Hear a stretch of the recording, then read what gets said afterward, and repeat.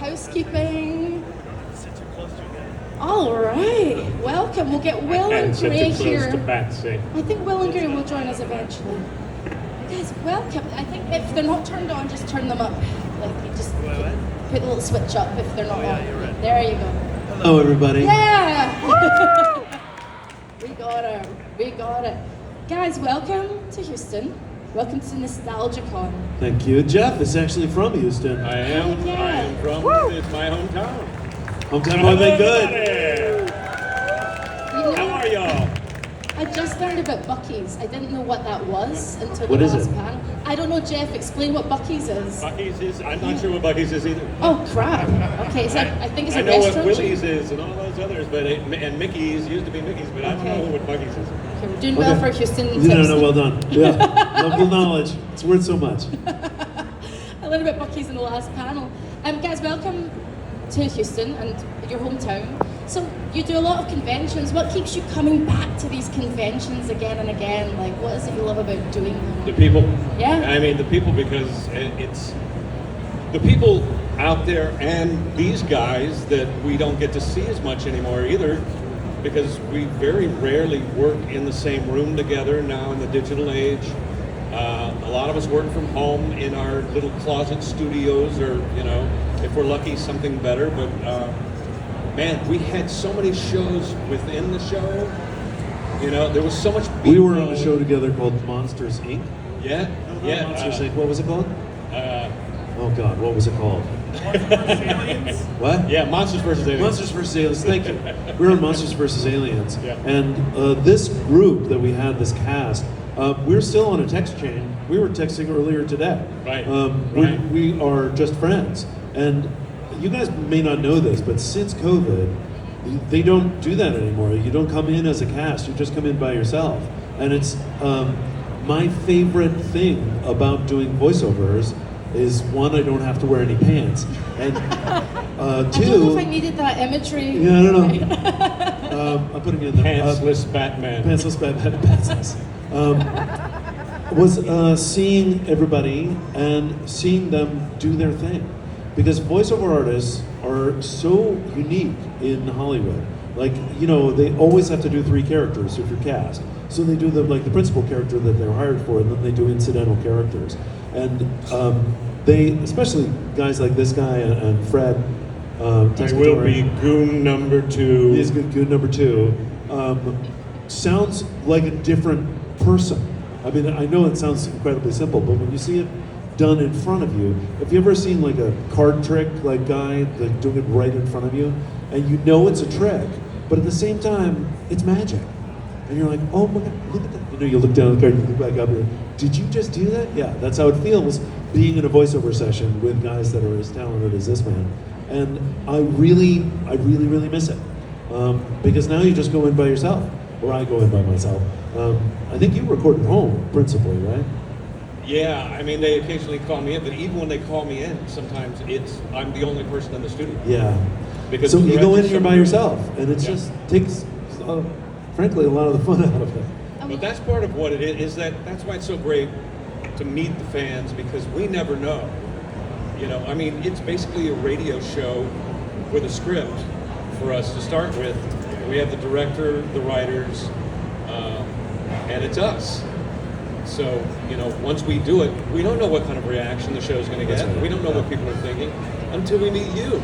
And it's great to meet everybody and find out that you were huge fans of this show or whatever characters, you know, that you grew to love for whatever reason. So it's really nice to meet all of you.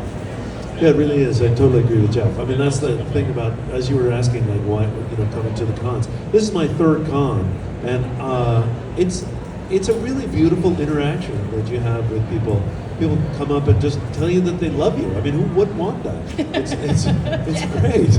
It's great, and it's just a beautiful exchange. And again, like the isolation of being in a voiceover and not knowing, and also, you know, an actor always has to think about the next job. Like, what am I going to do next? And always moving forward. And you rarely get a chance to look back. You're kind of trained not to look back. But then interacting with fans, people like reach way back to the Beverly Hillbillies or something, which I did, I don't know how many years ago, 30 odd years ago.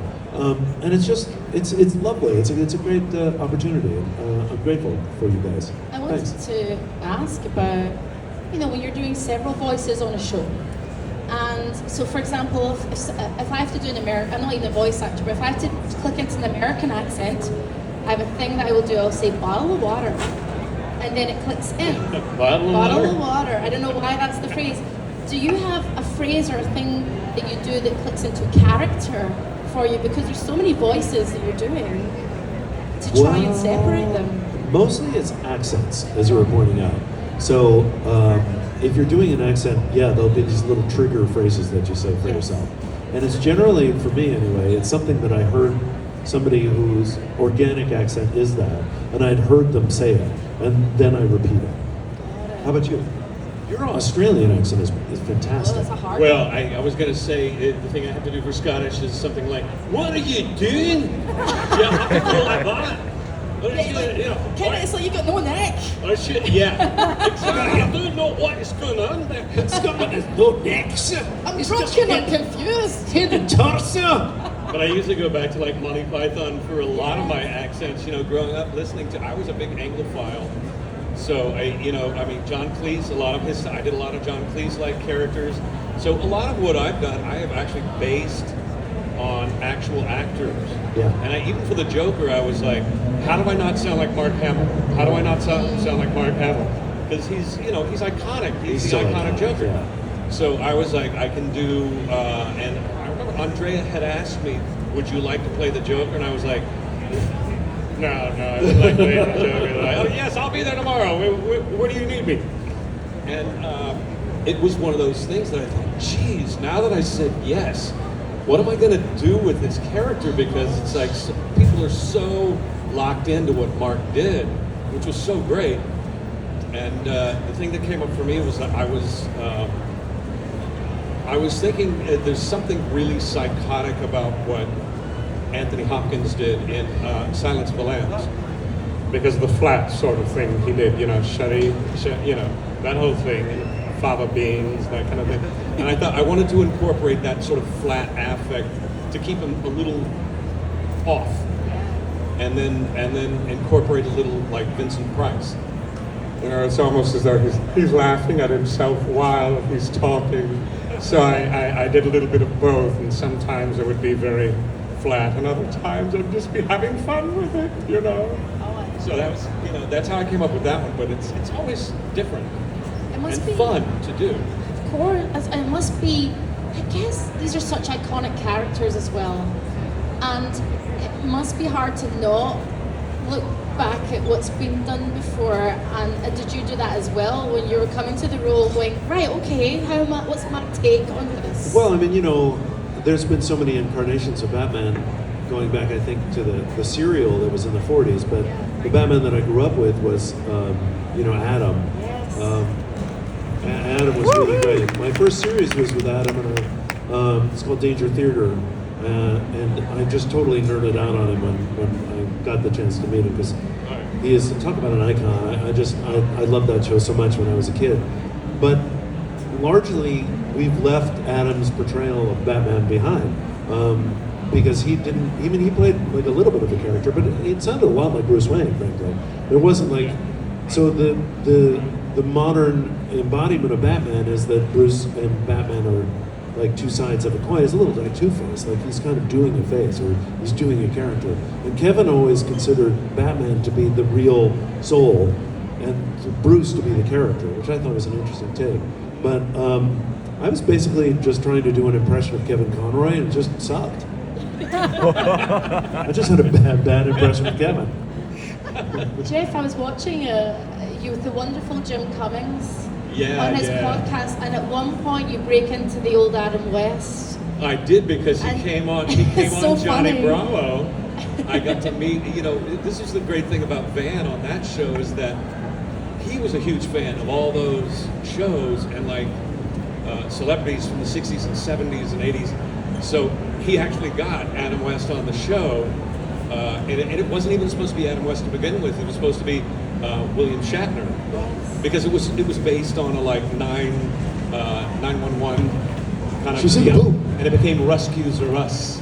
You know, Rescues Are Us with Adam West, and he was like, "Hello, Johnny, let's go find your mama." It's the slight constipation to it.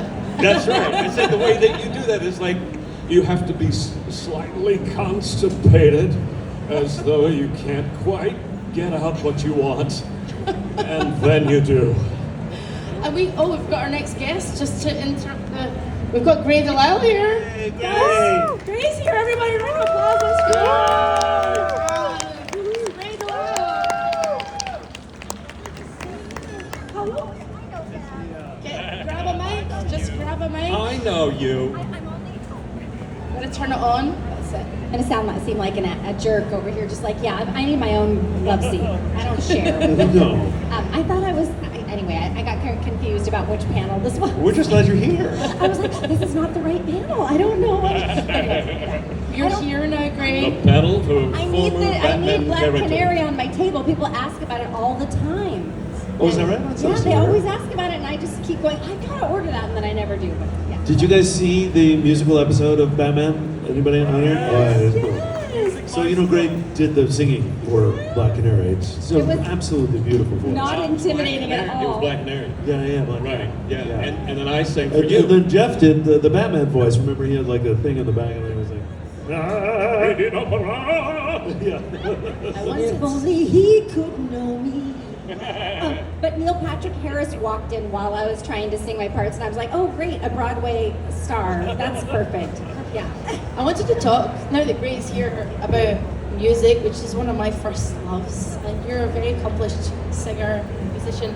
And you're playing here tonight. We're playing here on this stage. My band just flew in from Las Vegas, and they're going to be on the stage with me at 7 p.m. We're opening for Tom Kenny and the High Seas. Yes, and Zach. It's a good show. Yeah, It's a good show. Anyway, it's going to be great, and Tom is amazing. Yeah.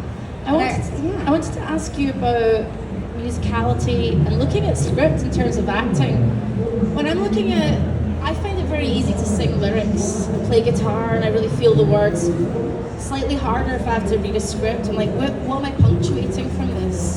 So I try and think of it like lyrics, and that always helps. Do you do the same thing with a music background? Well, when I'm writing songs, I definitely think about the rhythm of what I just said as opposed to the chorus or, but I grew up, I went to theater school, so we learned scansion, so I still do that in my head of like, what's the important thing I'm saying here, But then after you learn all the rules, it's fun to throw them away and do the Christopher Walken thing of like, what's the thing I shouldn't stress if this character's just a little off kilter or something, what would be another way to say it? Another way that Walken does that is that when you send him a script, there's no punctuation. No, he asks that there not be. Yeah, that in his script, I've seen his script. We worked together on 2 pictures. Yeah. Country Bears, and We gotta find the bears. Where are they? from now on, They I only blew work up the with bears. house. Yeah. They blew up your house. That and Balls of Fury. And so, yeah, I heard on Country Bears that he had eliminated his punctuation. And then I asked to see his script on Balls of Fury. Sure enough, they're totally cleansed of punctuation. It's a little like, in Roman times, they didn't have any punctuation. The letters all ran together. It just was. Jenny McSwain told me that she actually worked with him on something many years ago, and he did not want to be seen while he was working. So they had to put up a curtain. So, she's like, I guess, for some reason, he's on camera all the time, but for some reason he didn't want to be seen, so they put up a curtain, and behind the curtain, This was for a voiceover? they could just hear him talking, saying his lines behind a black curtain like the Wizard of friggin' Oz. But when I audition, I never honor the punctuation that they put in it. Because I volunteered in a casting office when I first got to LA, and I realized, oh my gosh, everyone says everything exactly the same way. It was uncanny. Like you could play the auditions back, at the same time, and it probably would just be a little bit off. I couldn't believe the similarity. So if you're auditioning for things, or if you're sending in auditions, I throw out that if it has an exclamation. That's how I booked Azula, actually, because they had a lot of exclamations because she was giving orders to. It was the tides commanding the ship. That was what the speech was for our audition. So, do the tides command this ship?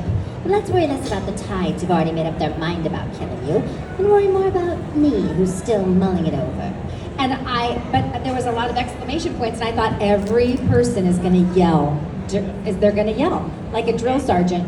So I just went completely the other way. Yeah, at and least I did one take really, that's the opposite of whatever they're asking Yes. for is always good. and do it first, because I feel like then they'll go, oh well, they can do what we're asking for, but at least you'll catch their attention and they'll keep listening. Because But also back to your question, there are so many people like Ray and Rob and others who do have a singing background, are very musically oriented, have a musical ear, and I think that really helps to an extent because each character can have a different musicality, and finding that I think is really important.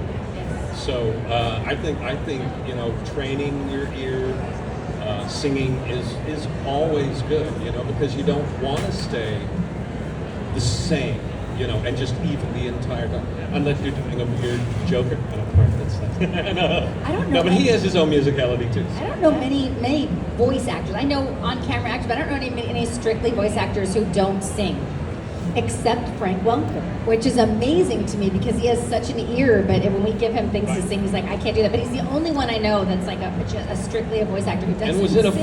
folk group for a while. Was he? But he didn't sing. I think he might be down because he's so humble. Maybe he just says he doesn't. He's like, oh, I'm no good at that. But I think he might be good at it. Yeah, he's secretly some incredible, a folk guy or amazing. And let's go. He was in an Elvis movie. Did you know that? I know, and he made Elvis laugh all the time, Did doing he? the cat and dog chasing each other. Tell me it was the Trouble with Girls. Yeah. Trouble with Girls. Trouble yeah. with Girls, and then he said, Elvis would come over on break and go, hey man, do that little dog and cat thing you did before. Yeah, that's really funny. Come over here, Red. You're gonna hear this guy do this dog and cat like running into a fence. Go ahead and do it, Frankie. Just like his little dancing monkey. But he also said Colonel Parker, if Elvis was getting grumpy or just didn't want to do things, he would bring Frank over almost like the court jester to make him laugh. Could have been a good These movie. people are all going, what does that have to do with Batman? Well, no, nothing to do with Batman. Sorry, guys. Oh, we're gonna get to fan questions. Do you guys have some questions? Yes. Well, I'm gonna get up anyway, so I'm gonna get my steps in. Okay. Let's see. Should we do a cue or should I get my steps in? Let's see. Put your wee hands up. Who's got a question? Okay, I'm gonna come to you. I'm gonna make it easy. Good, this is like Oprah or something. This is great. Hi there, guys. We've got our first question. Are you ready? Okay, here we go. Bottled water. Bottled water. Shit. Bottled water. Bottled water. Hello, my love. What's your name and question? So my name is Connor. I have a question. If you could bring any of the villains from Batman Brave and the Bold to the new James Gunn DCU, which one would it be? That's an interesting question. Did he already do Calendar Man? I can't hear you. Yeah, in Suicide Squad. The Suicide Squad he did Yes, Calendar there's a Man. cameo. Polka Dot Man he already did. He's really good about reaching into lexicon, I'll say. Isn't there one like where there's 10 eyes on the fingers? I think that guy was pretty cool. Who was the guy that was like split down the middle? It was like half black and half white. There's so many of them. I don't know that one. Is it Equinox? Equinox. Equinox. Equinox Yeah. was really cool. I actually, some of my favorite episodes of Batman Brave and the Bold were with Equinox. I thought those scripts were mind-blowingly cool. Yeah. So I would say Equinox because he's super powerful, and it could take the plot in all kinds of ways, and it wouldn't feel like, oh, here's another like oddly random character. I don't know anything about comics. But my ex-husband, who is one of my dearest friends in the whole world, if you see the new Guardians of the Galaxy, the holiday special, he's in the band. He's that band. He's the one with the glasses. There really are a band from Texas called the Old 97s, but James Gunn is a huge fan of the band. Murray. So he put him in the movie, and it's so funny. And I was like, we can do cons together. We'll bring our kids. It'll be great. Another question here. And who else has got a question in the audience? You. Okay, I'm coming to you next. Hello, my love. What's your name? My name is Jay. I got a question for you two gentlemen. what's one storyline that never came to light between Batman and Joker that y'all wanted to put on the Batman Brave and the Bold show? Like, what's one fight, like, story that y'all kind of had in mind that never really That we got- pitched? Yeah. Well, that doesn't generally happen in the voice world, but Jeffrey and I really wanted to do an episode where it was just Batman and Joker at a con. And we're waiting at the buffet, but it's a really long line. And some kind of poison takes over. That's right. That's right. Thank Yeah. you. So generally in the voiceover world, you just get the script and you just do it. It's very. Well, it's funny sort of because sort you said that, and yet it was really cool that they did the Red Hood stuff, because Yeah, that Red is Hood something was that really I cool. would have pitched anyway. It's like, why not let him be the good guy? He's being the hero in this one. It's like he's not the villain. Why not do that? And then they did it anyway. So and we did that That was pretty alternate cool. universe one where the good guys were bad guys and the bad guys were good guys, and that was pretty cool. I think for everybody. Yeah. Batman was still Batman, but everybody else was different. But I have a question too. What did you think of Batmite? Well, that was the great Paul Rubens was Batmite, and that was a stretch. At first, I didn't know that he existed, and I had to ask my son. My son is he's the comic book fan in our family, Of course. and he loved that his dad was Batman like more than anything.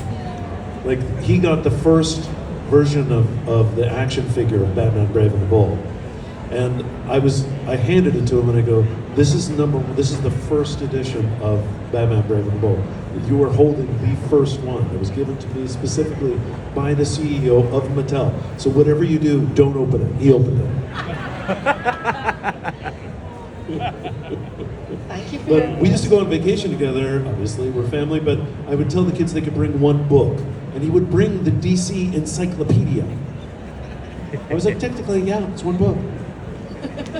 It's just the one book. It is an encyclopedia, but okay. What's your name, my friend, and what's your question? Hello, my name's Sean, and for both Batman and Joker, I wanted to ask, how did it feel to do the episode where both Batman and Joker are teamed up and working together? Because that's such a unorthodox, just completely off the wall team up. Like they would never work together, but it works so well. So how did it feel to make history like that?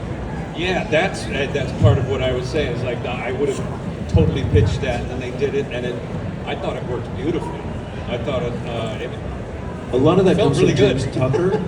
James Tucker really James was great. was our boss on the show, and Michael Jelenic was the head writer, but James Tucker is the real deal. I mean, he is a comic book fan in a very deep way, and wanted to do things that were unorthodox and out of the box. And the idea of teaming up Batman and Joker is, it always feels like their relationship is so incredibly symbiotic. A lot of directors are into that, but to have them team up was pretty unique narrative. I always thought it was very cool.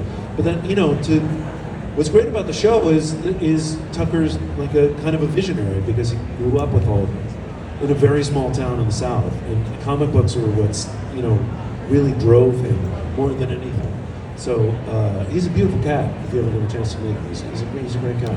But that kind of novel thinking is really James Tucker.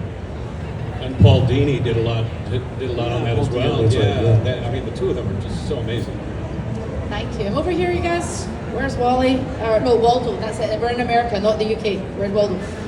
Hello, my love. What is your name? What's your question? My name is Skylar. I have a kind of controversial question. Interesting. So Nightwing is said to be uncastable. Do you have any fan cast personally who you would cast as Nightwing in the James Gunn universe? Nightwing. Oh, that would involve a young actor. I don't know anybody young. I literally have no idea who anybody is. Yeah, my she daughter. might have Sorry, stumped us on that one. I'm not stumped sure. me, yeah. The thing is Just that- for fun, I'd like to see Greg Sides do it just for fun. Oh, wouldn't that be great? Thank you very much. Right. I'm so That'd sorry. be a whole different kind of Nightwing, man. Okay, what is your name? My name is Tyler. So my question is not Batman related, because I also want to hear Gray talk. We all do. We all There's a say bird. that. Yeah. Well, everyone's asking Batman Or and Joker sing. questions. I'm like, I like Gray too. I don't know anything. So I noticed as I look at you guys, I see a bunch of different voices, and I was wondering if there's any impressions that are just niche that you have? Because I feel like as a voice actor, a lot of impressions happen to like base off of other things to come up with characters. But is there like a character or someone that you base something off of? That's I'm kind of like going to ask Jeffrey in your to bag. do the security guard at Nickelodeon. Dawn. But that's not what any of you would know. Don was this older, sweetheart gentleman. who Older always- meaning like 80 something. and we're talking, when we first started doing the shows, he was 80. I don't know what he was by the end, even older. But he would literally lean on the arm. He had like an umbrella above him, and he would lean on the arm, that led us into the parking garage. And every morning we would stop and he'd go, "Hey, how's it going?" We're like, "Hey, Don, great to see you this morning." He goes, "I'll tell you what, I broodied on over there, and I got water, I got Coke, and I'm gonna let you in a minute, but first I want to tell you the news." And he would just like go on for like 2 minutes, and I'm going, "Don, I'm a little late to the show." And he'd go, "All right, what do you know in Turkey?" Once you do a series, you got to build in that time to park. Yeah, but I mean, he was so funny, and everybody knew him. My grandmother had a huge crush on him. I took care of my grandmother. She passed away at 94, but I would bring her with me all the time. And she's like, "It's okay, mijita. I'm going to stay out here and talk to the nice little man. He's so cute. He's so cute." And I was like, "He's married. Stay away from him." And she's like, "Well, she's not here right now. I'm here right now." Yeah, she was so cute. But I think as far as like impressions, you're saying like niche things that you're kind of known for, Or something you might have that people don't know you have. Like, for example, you have a voice and maybe people haven't heard you. Like sometimes when you talk, I have so many that I've tried to get in. I remember seeing an old Eric Roberts movie, and it's this movie is called the Pope of Greenwich Village. There's Next Stop Greenwich Village, and then the Pope of Greenwich Village. And Eric Roberts plays this strange cousin to Mickey Rourke, and they're like, they're like low level mafia dudes, and he's got this kind of thing where he talks like this all the time, and he plays it very flamboyantly, but he talks like this, and his voice breaks a lot, and he goes, "What would you do, Chaluta? They took my dog. What would you do?" I put lye in his coffee, but whatever. Guys, we got some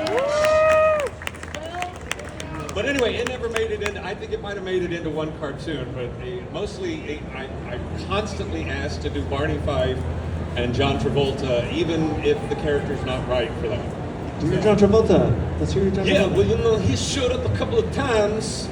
Like on a Good. couple of Nickelodeon things. I might have been Horace the Horse at one point doing that, and then the Bopperino Bop guy, and the Nickelodeon shows, I did that as well. So all right, I swear. Gray, do you have any like? Well, I got into voiceovers from doing stand-up comedy, which I still do. If you go on Amazon, I have a thing called My First Comedy Special. If you go on YouTube, I have a thing called Thruple. It's really dirty, so don't do it with your kids. But anyway, I was at the Comedy Store. I was 18 years old, and I did an impression of Anita Baker. You know the singer Anita Baker. I love you just because. So I was going, I'm humble just because. I'm humble just because I do. Anyway, but Pauly Shore's mom. Oh, you're so sweet. Pauly Shore's mother owned the club, and she was like, "Honey, you do great impressions, but you need to work on your jokes." Because I just go up there and go, "So, do you guys like celebrities?" And then I would just go into all these different impressions. I did the Wizard of Oz. I want to go home. Oh, Annie, I'm Uncle Henry. I'm frightened. I did the whole movie, and anyway, but she was like, "Write jokes, and maybe you should do some cartoons while you're doing that." And I was like, "Okay, I'll just go do that." And so I thought you just signed up for it somewhere, but it ended up working out. And I saw Pauly Shore at one of these conventions about a year ago, and he was sitting all by himself, and I thought, I'm gonna tell him your mom, So I came over and I was like, I hate to be the person bothering people back there because it's like a safe zone. But I just said, your mom's the reason that I'm here. I was like, I made a whole career out of doing cartoon voices, and it was because of your mom. He goes, it's my mom's birthday today. Thank you. I mean, she's passed, but he's like, thank you for coming and saying that. I feel like she yeah. So anyway. Wait, let's ask Will. Nancy Will, Shore. do you have like a niche impression that you do? Like, it's a very like. No, You're never asked to I do made a that. phenomenal career doing 2 voices, and that's Yeah. all. No, I but do. you do. I do high and I do low, and that's Both you and I ended up doing like nerdy Eddie Deason characters, and you do a great. Oh, You do that's a really good Eddie Deason. I forgot Eddie. Let's do battling Eddie Deason. We always, yeah, because That's right, because Eddie Deasy was always like, yeah, there's a worm! And it was like, what's happening? Yeah, so yeah. I once saw an interview of oh gosh, what was the guy that talks like that? Not The Ray, guy, yeah. not Ray, but The other guy. He's In the but 90s, yeah. Fred Stoller. Yeah, Fred. Stoller was Fred interviewing Stoller, yeah. Eddie Deason and saying, "So Eddie, I hear you know a lot about Hitler. You know a lot about Hitler? That's Yeah, his father would whistle for him like a dog. true. And this was all while he was eating. He's eating while talking about this. He's just spitting of food everywhere. Yeah. But it comes in, the thing is like those kind of voices, they're so perfect because you just see sort of nerdy character. It has to be the You nerdiest just slide him right character. in, yeah. And I did something like that on Pepper Ann where I'm like, well, I mean, the nerdiest character I can think of is like Eddie Deason's voice. So I did it like that. Oh yeah, okay, Pepper Ann, I'll be there. You know, it was like that kind He of thing. ended up taking over all of Eddie's and stuff because you could sing and he could do everything. I guess Eddie, they would try to direct him and he's like, I'll try, but it's just gonna sound the same. Like they would try to direct him, he couldn't. But so anyway, So yeah. I only do one impression of. Do you guys watch the Harry Potter series at all? Yeah. Okay, so do you remember when they go into the Ministry of Magic and the last one? And there's one guy, he's got like a crazy hairdo, and all he says is, It's Harry Potter. that's it. That's his whole line. My daughter asks me to do it all the time. It's Harry Potter.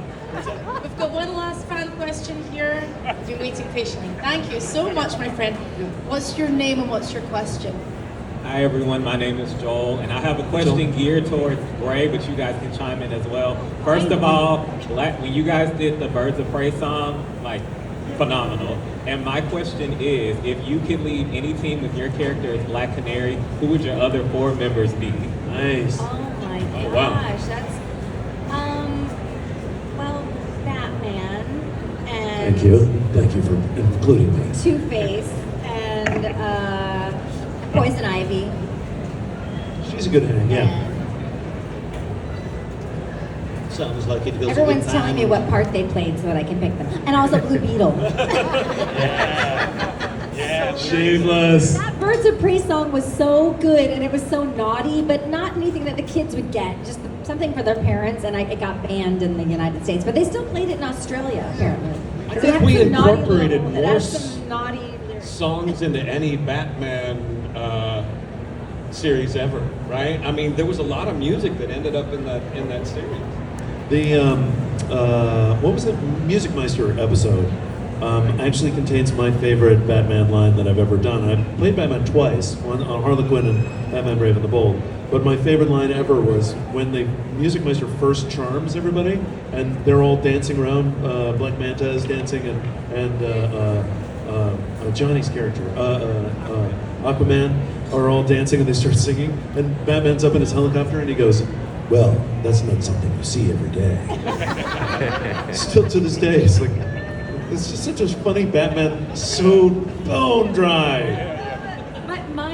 My Music Meister's on my Spotify. If you follow me on Spotify, you'll hear all of my Music Meister songs. And my manager goes, "We gotta get that cartoon stuff off of your Spotify," because I have a music manager. And he's like, "We gotta get that off. It's messing people up." Because I write this like Appalachian, like Dolly Parton kind of story, murder she's a ballads great and musician. stuff. She's a great And it's just different from that. But they took my name off of those songs for a bit, and my monthly listeners like plummeted. And I Oh, was no. like, "Can we get back? Can we get back on those Music Meister songs?" Guys, Bring back the Music And Trap of Love too for Scooby. That was a big one too. That's on my Spotify. Follow me on Spotify. Anyway, but even though he's an evil overlord, but I'm trying to get on other. I'm Can you on believe we other have Daphne up here? Well, jeepers, she's out there solving mysteries all day, so she can't come right now. My daughter's favorite Daphne, when we first started watching, she would call it Daphne, not Daphne. My kids call it Daphne. Yeah, Daphne. there's 3 syllables. Yes. Yeah. She would actually say while we were watching, she would sit up every time Daphne spoke. She'd sit up like and go, Daphne.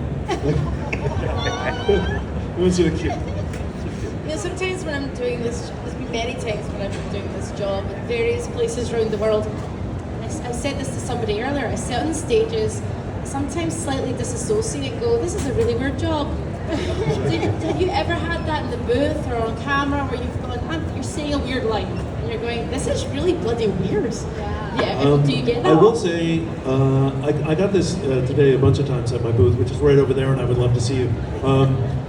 There's an episode which was in Batman Brave and the Bold was tonally incredibly different, which was in the chill of the night, and when Batman confronts his parents' killer, Joe Chill, and it was interesting because my mentor when I went to North Carolina School of the Arts was this guy named Yuri Belov, and he always said that you'll know when you cross over, and the crossover is when your character's part of thinking process takes over your brain, and you start thinking like the character.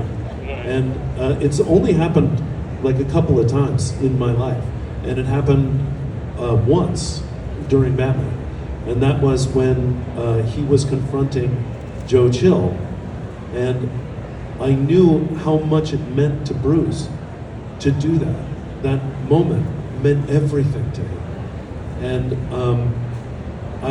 I did it, and I realized how powerful it was to this guy's life, and I started crying. I started crying in the session, and I was like, everybody else is, because you remember Brave and the Bold, we had a good time. It was like just a hang. So everybody else is kind of joking, and I'm singing the chorus because I was at the end of the horseshoe, like really seriously crying, and I thought to myself, this is a strange way to make a living. I just felt Bruce's pain so intensely that I was fucking... Everybody's like, I think Diedrich would like to be alone now. A little bit of a moment, yeah. He's having a moment. Yeah. What a wonderful thing as well. It's wonderful to be able to exercise Oh, yeah. that in those spaces. Yeah. And then, I think it's safe. Well, it's safe. I'm sorry, I'm taking a pause because I don't want to over-politicize. I know where I am. But one thing that we're lacking in this world right now is something that we routinely are asked to do, which is to empathize, to put yourself into somebody else's shoes and to realize what their struggle is, what their pain is, where they come from, why they say things, why they have an intention. What is it? Why are you talking right now? This is what we do. We have to, in order to create our narrative, we have to understand someone else's narrative. And to me, it's something that is sorely lacking.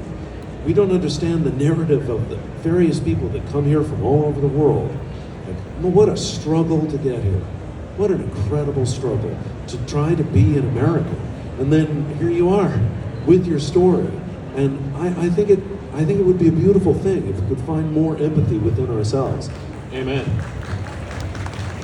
That's just my thought. I don't want to over-politicize it, but just find it in your heart to realize that everybody has a story. Having empathy would be political at all. Like, where are we now? I mean, Right, that's a pretty low bar right now. Be kind and empathetic, and as Neil Newgon said earlier, don't be a dick. Just don't be a dick. Simple rule. And on that note, we're done. Guys, thank you very much for the fan questions. Round of applause for the fan Yes, questions. thank you very much, guys. Thanks for coming. It's been a lot. Thank you. And you guys are here till the end of today and tomorrow And tomorrow as well. And remember, Grace playing tonight with Tom and his 7 p.m. band. 7 p.m. right here on this stage. Yes, go follow her on yeah. Spotify. Grace, Yes. beautiful musician. Music and Tom's maestro band is will really great too. return. Hell yeah. You gonna be sticking around for Gray? Yeah. Go follow her on Spotify. Guys, it's been an absolute pleasure to share Well done. the stage. Thank you. Been doing it for a while. Yes. Yeah, no, you did Somebody give her a water bottle. That accent though is totally fake. Sorry, bottle See water, that. bottle water. Yeah, I'm there back, we I'm go. back, you guys, She's I'm back. back. Yeah. I'm back. It's really un-American. Guys, please give it up for Diedrich, Jeff, Gray, and Will.